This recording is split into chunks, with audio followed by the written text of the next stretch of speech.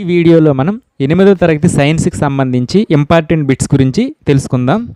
1665లో సూక్ష్మదర్శినితో బెండు మొక్కలను పరిశీలించిన శాస్త్రవేత్త ఎవరు? Robert hook.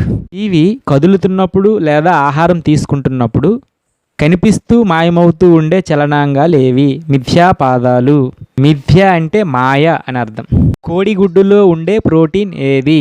ఆల్బుమిన్. ఈ పొరలోని కణాలను చూడడానికి ఉపయోగపడే రంజనం మిథిలీన్ బ్లూ. కణకానికి కణత్వచానికి మధ్య ఉన్న జిగురు వంటి పదార్థాన్ని ఇలా పిలుస్తారు? కణద్రవ్యం. బుగ్గ కణాలను స్పష్టంగా చూడడానికి ఈ రంజనాలను వాడవచ్చు. 1 లేదా 2 చుక్కల మిథిలీన్ బ్లూ అయోడిన్. జీవులలో అనువంశిక ప్రమాణం ఏది? జన్యువు. జీవ పదార్థం కేంద్రకం ప్లస్ కణద్రవ్యం. వృక్ష కణంలో మాత్రమే ఉండేవి ప్లాస్టిడ్లు, కణకవచంగా ఉన్న రొట్టెపై బూడిద రంగులో చేరేది శిలీంధ్రం. శిలీంధ్రాలు పెరగడానికి అనువైన పరిస్థితి తేమ. సూక్ష్మజీవులు ఎన్ని ప్రధాన సమూహాలుగా వర్గీకరించబడ్డాయి? 4. అతిథేయి జీవి యొక్క కణాలలో మాత్రమే ప్రత్యుత్పత్తి జరుపుకునేవి వైరస్లు. క్రింది వానిలో శైవలాలు ఏవి? Chlamydomonas, Spirogyra. Answer C. Aspergillus అనేది ఒక శిలీంధ్రం. అమీబా, పారమీషియం ఈ వర్గానికి చెందుతాయి. ప్రోటోజావా. పూర్వకాలం నుండి ఆల్కహాల్ ఉత్పత్తికి వీటిని ఉపయోగిస్తున్నారు సూక్ష్మజీవుల్ని. ఏకకణయుత సూక్ష్మజీవులు బ్యాక్టీరియాలు, కొన్ని శైవలాలు, ప్రోటోజావా ఇవన్నీ కూడా ఆన్సర్ అవుతుంది. ఔషధాల తయారీలో ఉపయోగపడే సూక్ష్మజీవి బ్యాక్టీరియా. 1957లో కిణ్వనము కనుగొన్న శాస్త్రవేత్త లూయి పాశ్చర్. బేకింగ్ తయారీలో ఉపయోగపడే సూక్ష్మజీవి ఈస్ట్. 1798లో మసూసి వ్యాధికి టీకాను కనుగొన్న శాస్త్రవేత్త ఎడ్వర్డ్ జెన్నర్.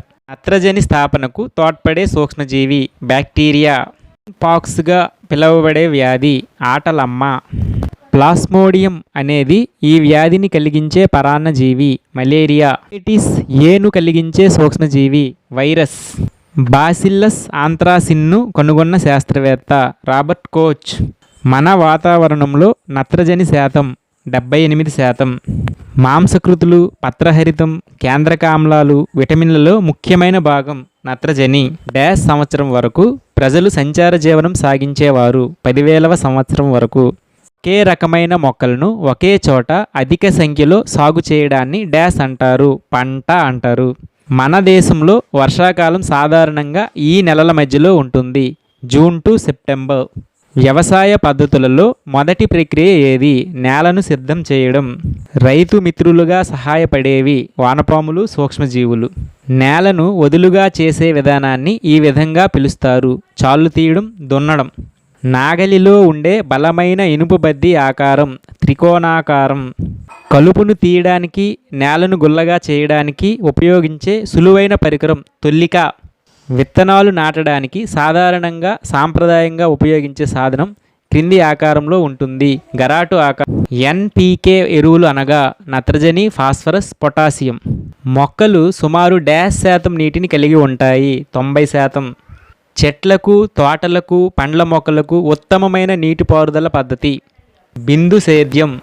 పొలాల్లో కలుపు నశించడానికి వాడే కలుపు నాశిని 2,4-D. చేపల నుండి పొందే కాడ్ లివర్ ఆయిల్లో ఎక్కువగా ఉండే విటమిన్ డి. ఉపయోగ బీజాల కలయిక వలన ఏర్పడేది సంయుక్త బీజం. శుక్ర కణాలను ఉత్పత్తి చేసేవి ముష్కాలు. క్రింది వానిలో ఏకకణం అండం, శుక్రకణం. ఒక జీవి యొక్క జీవితం సంయుక్త బీజంతో ప్రారంభమవుతుంది. IVFను విస్తరించగా ఇన్ విట్రో ఫెర్టిలైజేషన్, తెలుగులో అయితే శరీరం వెలుపల ఫలదీకరణం. సంయుక్త బీజం డాష్ సార్లు విభజన చెంది కణాల బంతిని ఏర్పరుస్తుంది? అనేక సార్లు.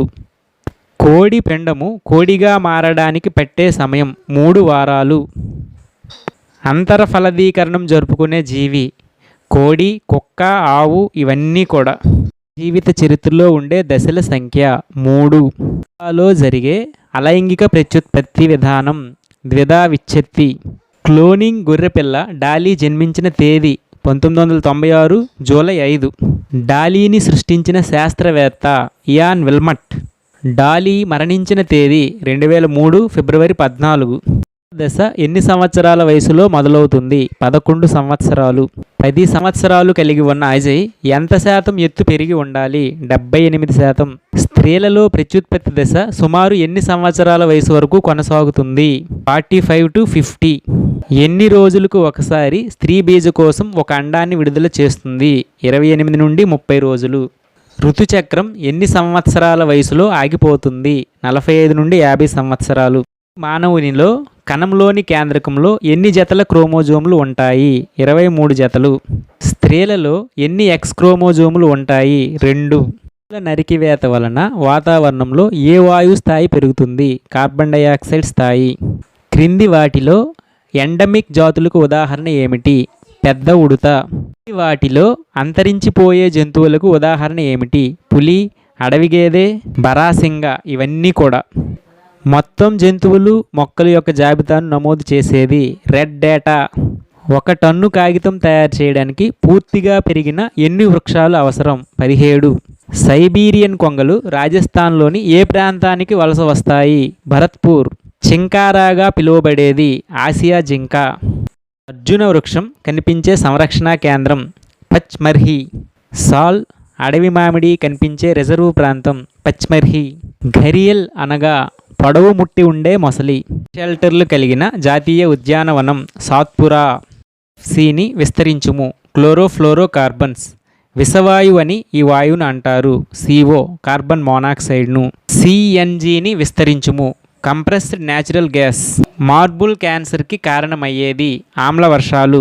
వాయు కాలుష్యం వలన అనేక డ్యాష్ సమస్యలు తలెత్తుతాయి. శ్వాసకోశ సమస్యలు. LPGని విస్తరించగా liquefied petroleum gas. Greenhouse ప్రభావానికి కారణమయ్యే వాయువును గుర్తించండి. CO2. గ్లోబల్ వార్మింగ్ అనగా భూవాతావరణం యొక్క సగటు ఉష్ణోగ్రత క్రమంగా పెరగడం. సముద్ర మట్టాల పెరుగుదలకు ప్రధాన కారణం భూతాపం. శతాబ్దం చివరికి భూమిపై ఉష్ణోగ్రత డాష్ డిగ్రీల కంటే ఎక్కువ పెరగవచ్చు 2 డిగ్రీలు. ప్రతి సంవత్సరం వన మహోత్సవం ఈ నెలలో జరుపుతారు. జూలై. సిల్ట్ అనగా రేణు సహిత ఇసుక. గంగానది కార్యాచరణ ప్రణాళిక ఏ సంవత్సరంలో ప్రారంభించబడింది? 1985. NMCG పథకం ప్రారంభించిన సంవత్సరం 2016. CG అనగా ఇంగ్లీష్లో అయితే national mission for clean Ganga, తెలుగులో అయితే క్లీన్ గంగా జాతీయ మిషన్. చెరువును దూరం నుండి చూసినప్పుడు అది ఆకుపచ్చగా కనిపిస్తుందంటే దానికి కారణం దానిలో గల